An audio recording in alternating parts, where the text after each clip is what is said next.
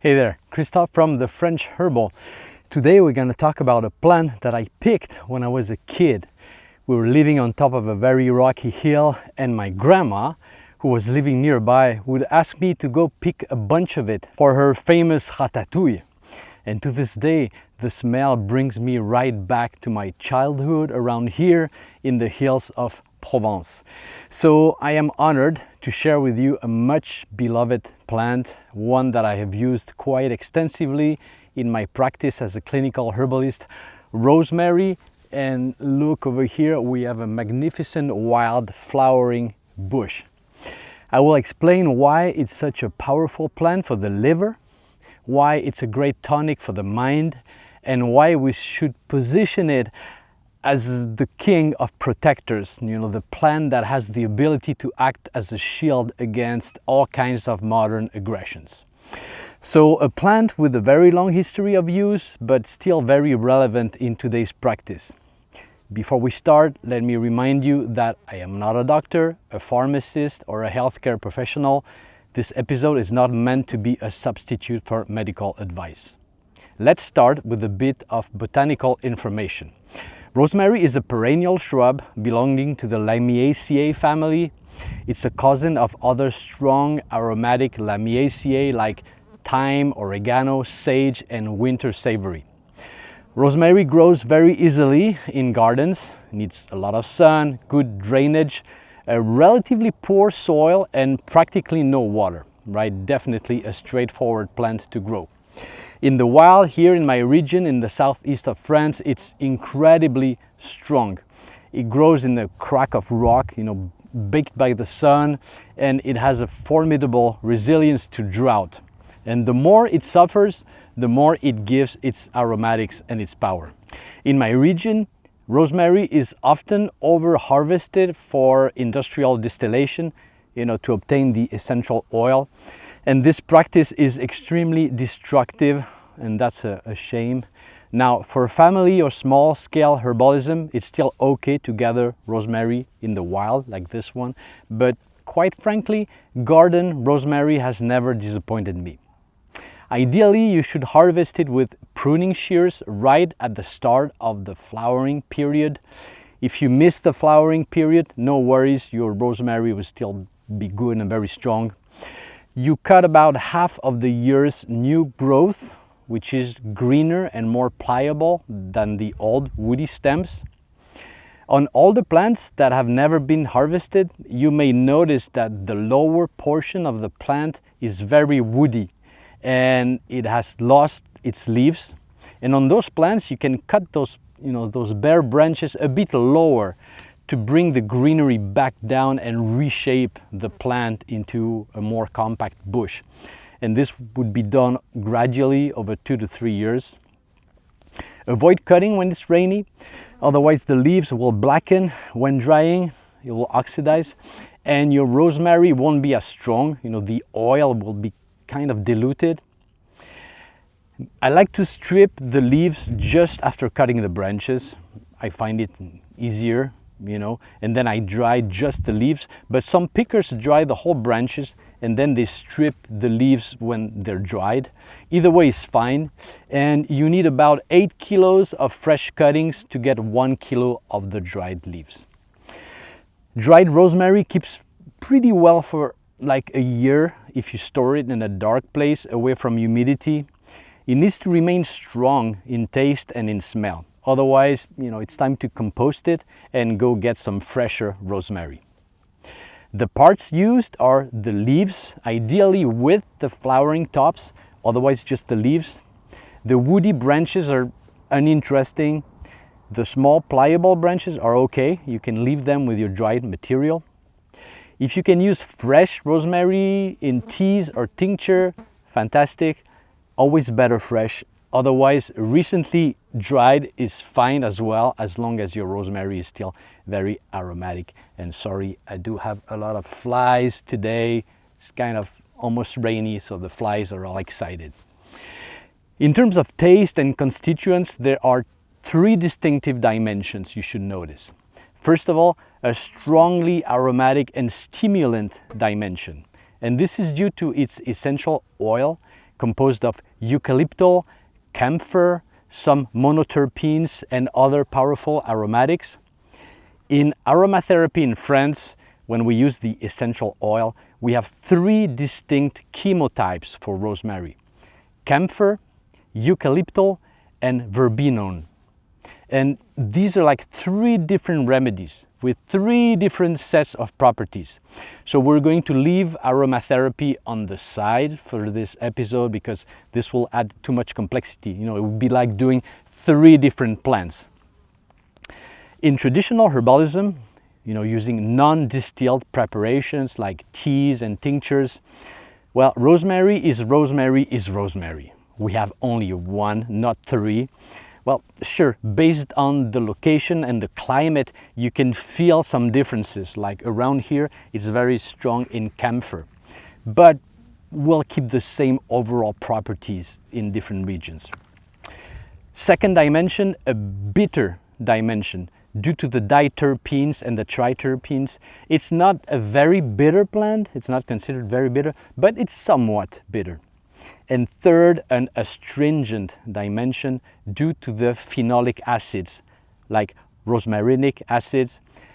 Not very astringent as a plant, but somewhat astringent. The overall energetics, heating, stimulating. It is young. It is a heart tonic, a mind tonic.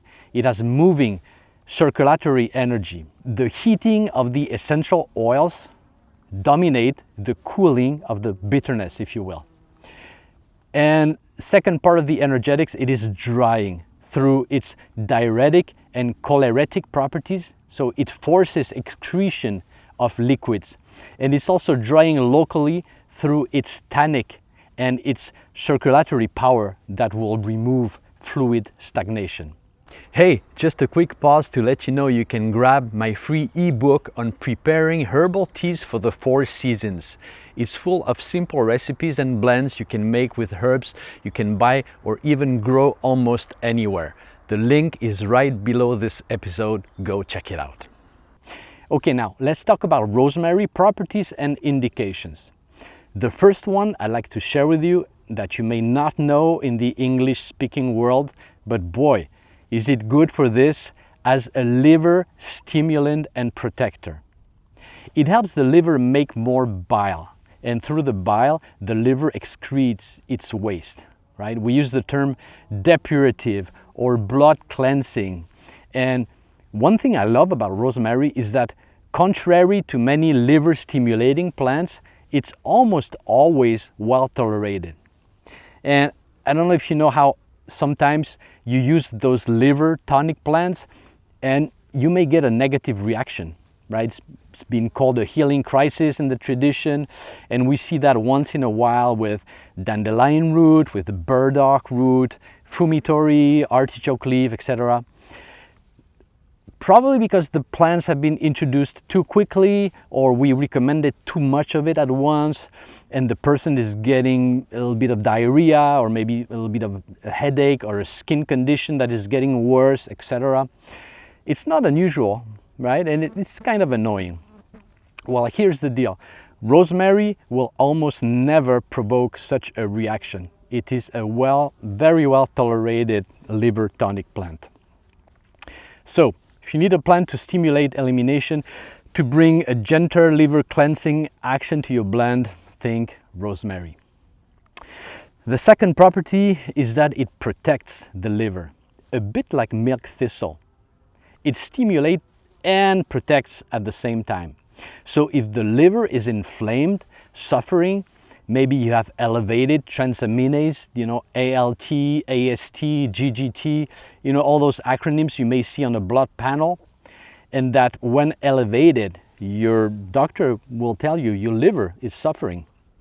Well, in those situations, we often think of milk thistle or artichoke leaf, or we have one in French, I'll tell you about it in another episode, it's called desmodium. And now you can add rosemary to your list as a simple tea. 2 to 3 cups a day. Give it some time and see if it helps with that liver inflammation. Here's a tea blend for you. Percentages given by weight. Rosemary leaf, 50% of your blend. German chamomile, 30% of your blend, the flowers. Artichoke leaf, 20%. German chamomile is here to counterbalance the strong bitterness of artichoke leaf. And 3 cups a day, a good generous tablespoon of the mix per cup. Very good.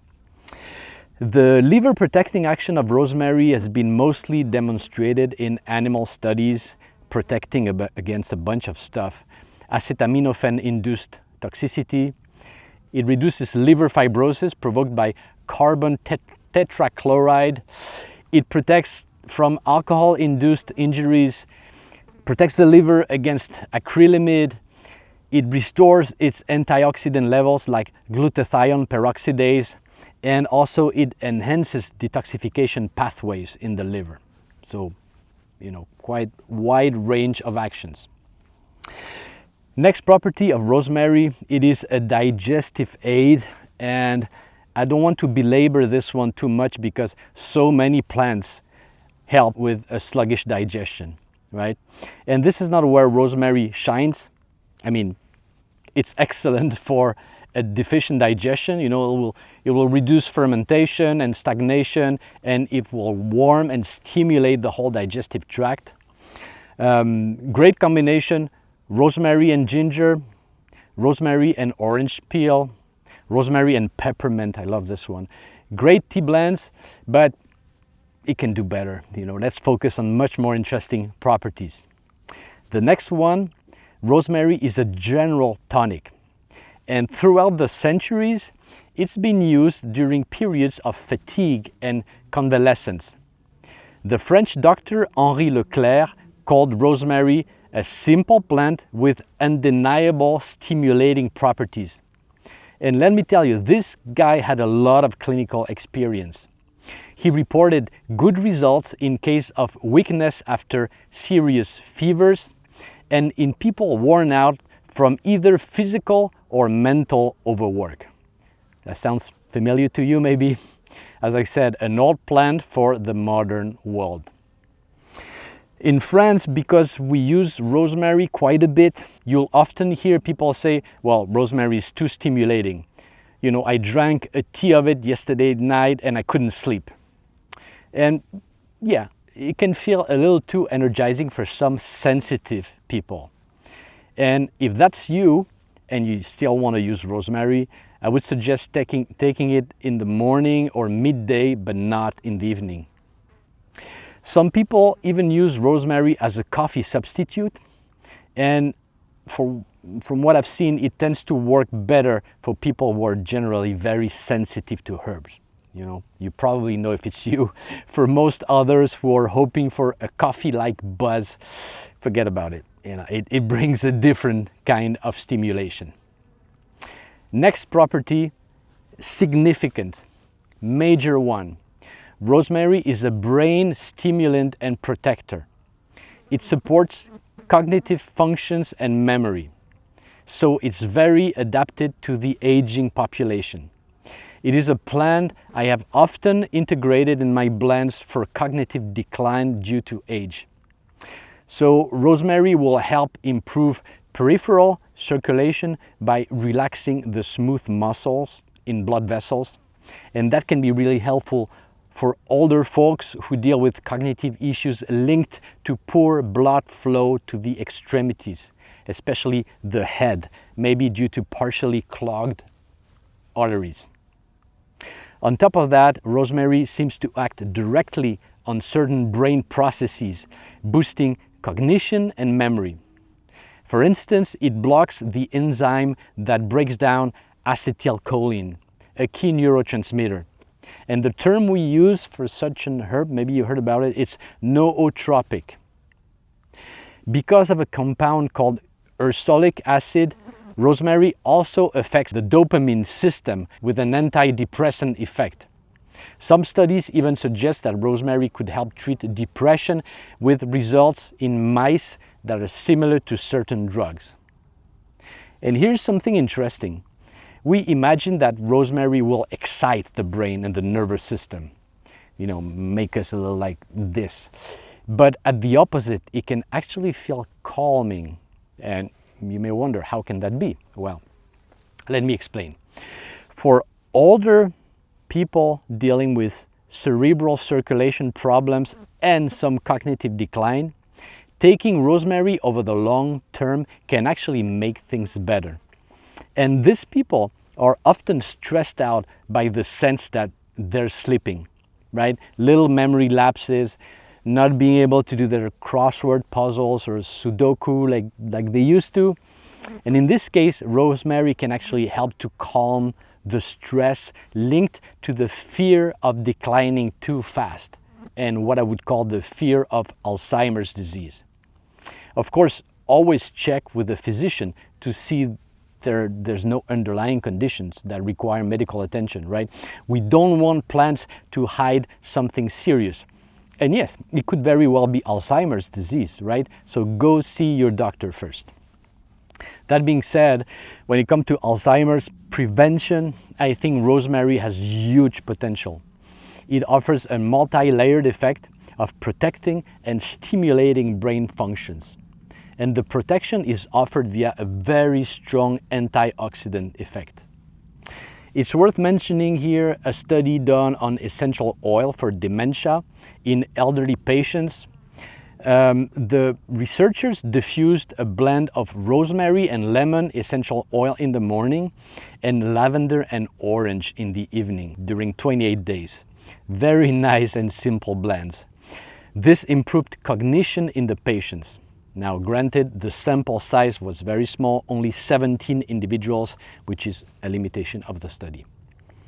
Important point, if you can select a chemotype for the rosemary essential oil where you live, then pick the eucalyptal chemotype for cognition. So to conclude on this section, rosemary stimulates and protects the brain, improves cognition and focus. It is antidepressant, and it's a great ally during those times when we need to make big decisions, right? Personally, I recommend a daily tea made with rosemary and lavender.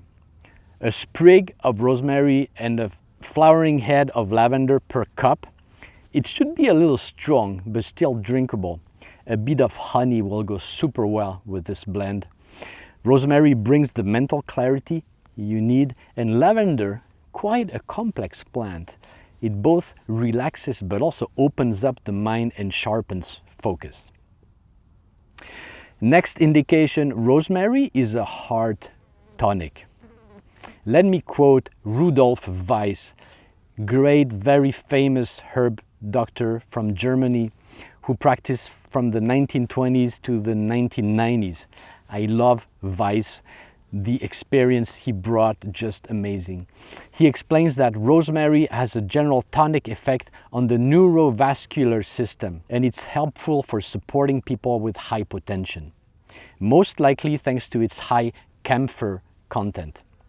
And Weiss tells us that it tends to work especially well for younger adults who are weak, pale, and low on energy.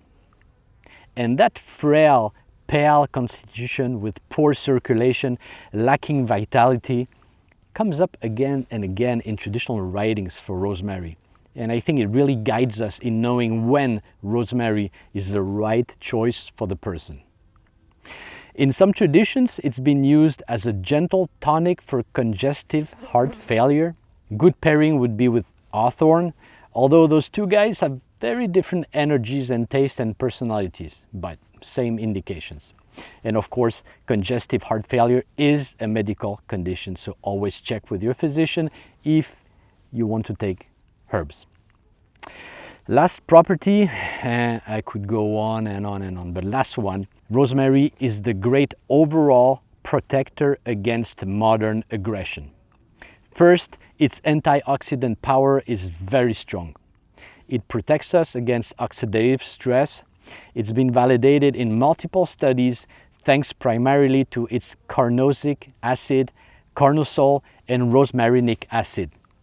It offers protection at the cell level and works in synergy with other natural antioxidants like vitamin C and vitamin E.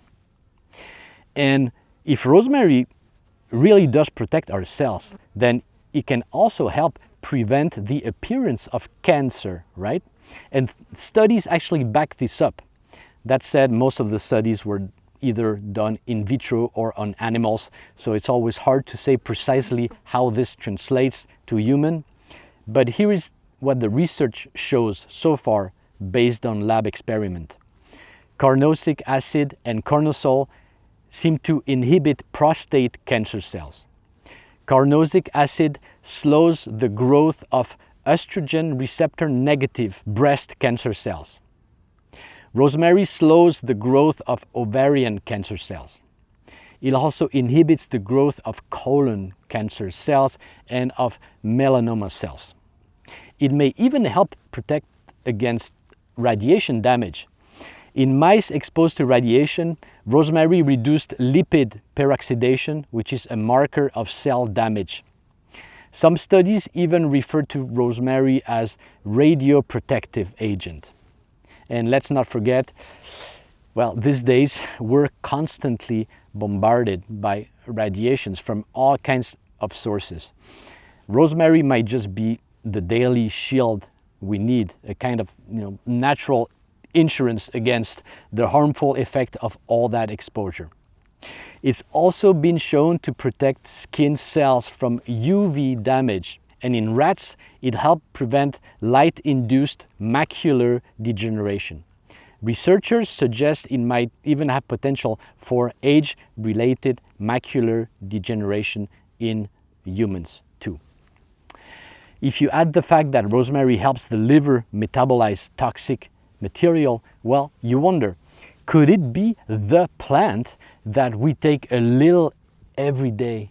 You know how we say that about green tea or turmeric, because we have so much data about the benefits of those two guys. Well, green tea is challenging to grow where I live, and the same goes for turmeric. So they come from faraway places, and we've seen how turmeric is sometimes spiked with heavy metals if there's no traceability. But rosemary, we can grow it in our gardens, on our balconies, in a pot. And a daily cup would be as good, maybe better, than a cup of green tea for overall health. Now, in terms of forms and quantities, the simplest form is the tea of the leaves. Fresh or dried, fresh, always better. You put 1 sprig in your cup or 1 tablespoon of the leaves. If too strong, you put a little less. If not strong enough, you put a little more. Trust your taste. It needs to be pleasantly strong. Try to avoid the woody branches, as they will add bitterness and tannins to your cup, which is not necessary. Good combinations: slice of lemon, orange peel, ginger, peppermint, a few cloves. Just have fun with your tea blends, have fun with your rosemary. The tincture of the fresh or dried plant is very good as well. I use Michael Moore's ratios, so see Michael Moore's Materia Medica document. The link is on my website in the article linked to that episode. In terms of quantity for the tincture, I would say 1 to 2 milliliters, which is about 25 to 50 drops, more or less depending on the need, 2 to 3 times a day, or as needed for the particular situation. It's hard to tell just in general like this. I do have a strong preference for the tea, but the tincture works too.